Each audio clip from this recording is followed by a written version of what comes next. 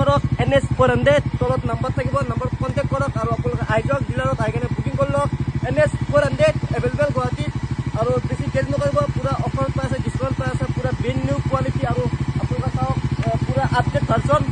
পায় আৰু কণ্টেক্ট কৰক তাড়াতাড়ি NS 400 উঠাই লৈ যাওক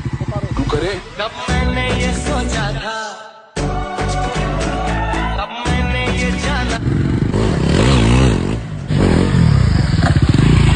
Guys, কি পিকআপ বাপৰে বাপ আল্টিমেট মানে KTM হাৱা নাপায় মানে 390 হাৱা নাই